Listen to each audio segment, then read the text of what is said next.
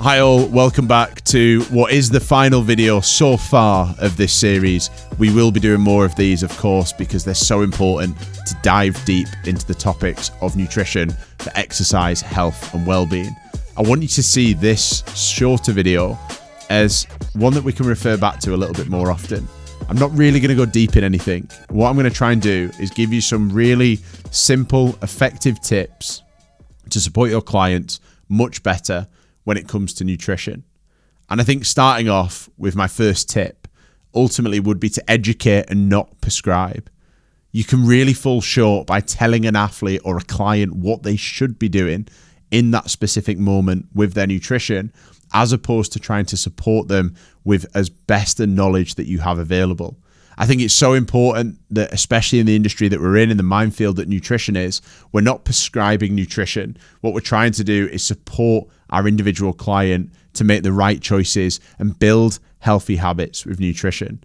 As I mentioned in a few of the early videos, I've worked a lot in professional sport, and believe it or not, there are still times where I'm using those performance plates that I speak about earlier in this series with athletes that are of a high level, just reminding them of the simplicity of eating a balanced food plate, or potentially looking towards 50% fruit and veg post-training or 50% carbohydrates pre-training. Those simple, effective, educational pointers and cues can make a real difference to your client base. My second tip for you to take away and use as much as you possibly can is listen to your client. Arguably, they have the answers. You've just got to prize it out of them. It might be that they struggle on a weekend, for example, with fueling correctly for training and going out and socializing. You may be able to just drop hints of the 80-20 rule into that food chain to help them understand that actually eating healthier throughout the week will allow them the freedom and flexibility on a weekend, or arguably just reining it in at breakfast or lunch if they know they're going out for a meal in the evening. You know, we don't have to revolutionize nutrition, and we don't have to come with all these new fancy ways of doing things. What we can do is just listen to our clients' concerns. And of course, as the personal trainer, they're going to hopefully feel comfortable in your space. But what I would say is, if you hear something that maybe is amiss, or potentially a sign or a symptom that's out of our scope of practice, refer on. Even in my field to this day as a sports nutritionist, anything that's related to disordered eating or eating disorders, I send up the chain to clinical nutritionists. I'm not qualified to deal with eating disorders. So if we hear anything that might sound like disordered eating or eating disorders, it's always worth getting a clinical opinion. Now, the NHS and the government have some really good referral schemes and information for individuals that you can guide your clients towards. But of course, you can always reach out to professionals that can help with those opinions as well. So that leads me on to tip 3. Nutrition isn't that sexy. If I'm honest, arguably nutrition is quite a boring topic. I'm constantly repeating myself with the habits that I want a client to build, and you have to do the same with your clients. It's the only way that we're going to get any results from our nutrition. Just because we see a fancy supplement or a fancy way of doing things doesn't always mean that's the best way of doing things. A lot of clients that I've worked with in the past, and I'm sure you guys have too, will jump between different diet trends, whether that be keto diet, paleo diet, potentially a carnivore diet that we saw take off recently, or even looking towards vegetarian or veganism as a dietary choice. Yes, they're new, they're exciting, they're different. It's something they can talk about with their mates, that they're on this new hip trendy diet. But actually, it's the fundamental habits of nutrition that, if we stick with over time, compounds into good quality results. If we have a client that needs to lose weight or gain weight or build muscle, sticking to a balanced nutrition structure will complement the training program that you guys are so well educated and informed to deliver, that arguably the nutrition, if stuck to, won't make too much of a difference. And if it does, it'd be the marginal gains we'd be looking towards. Stick with what we know as personal trainers. That training program that we set out, we can make things more intense, less intense, strength building, endurance based for our clients' needs. And having that fundamental, solid foundation of nutrition is what's going to really set us apart as a personal trainer. As I say, it's not exciting or fancy or fireworks in your face when it comes to looking at those specific tools and tips and tricks. But actually, if we just have a kit locker full of these little golden nuggets of nutrition that we can feed into our clients day to day and support those habitual changes will go so far with helping our clients with their specific goals. Tip number 4 is our toolkit of how to assess a client when it comes to nutrition. You are not nutritionists. Ultimately, we are personal trainers that want to deliver the best service possible. So the way in which I want you to assess a client's nutritional needs is not some fancy questionnaire that asks what they've ate for the last 24 hours, plus all habits and routines in and around nutrition. I want you to speak with your client and build that rapport where we ask the right types of questions. And again, as I said, these tips are here to come back to, not to memorize. So ultimately with this tip, I think asking those questions, firstly, we don't want to dive straight into nutrition.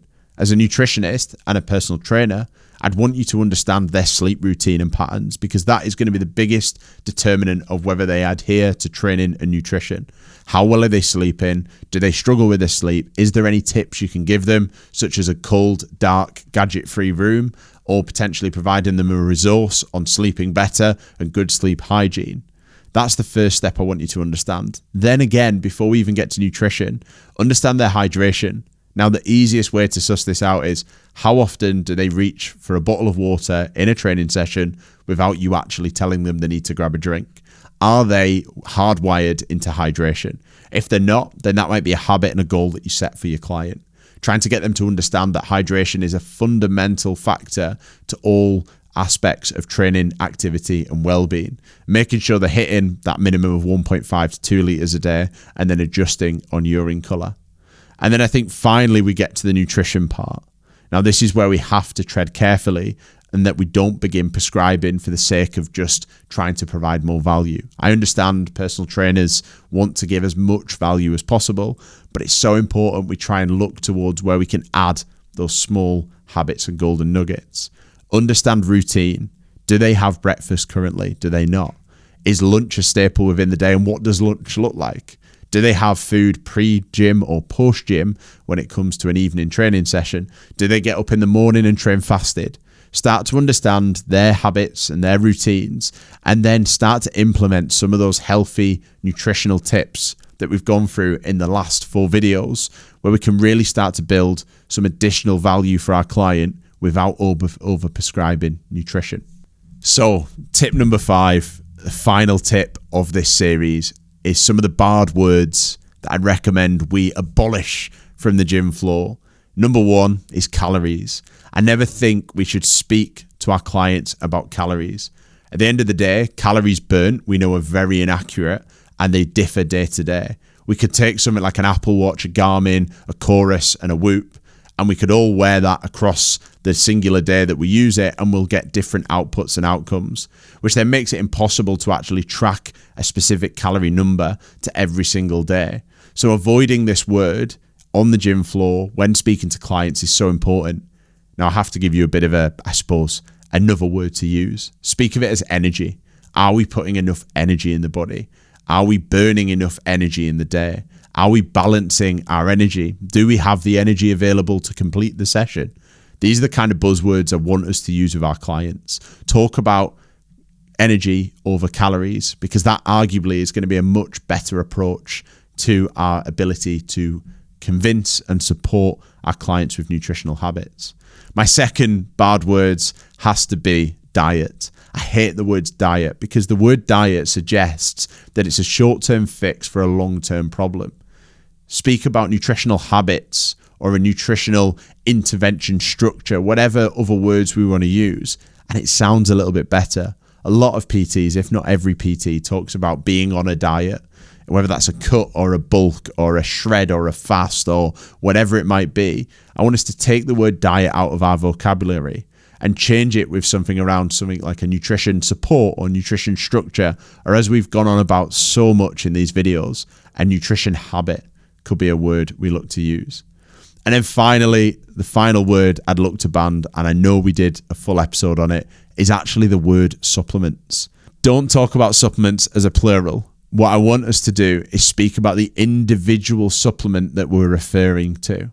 So if we're talking to a client and we speak about supplements, it sounds as though we've got this kind of plethora of supplements that we want them to consume and take, which isn't true, because we know individually we need a food first approach, and then we add those supplements in to help with our overall structure of our nutrition.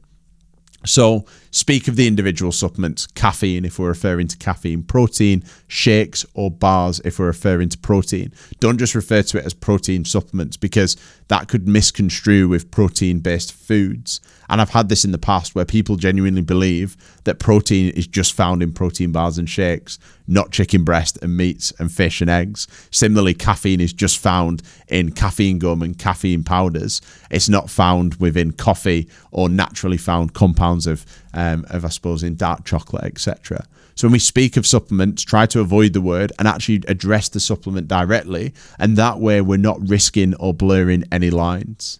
And that would ultimately help us with our overall kind of ability to deliver on nutrition. My final bonus tip for you to take away, if you've got this far in the video, well done, is make sure we don't blur the lines with nutrition.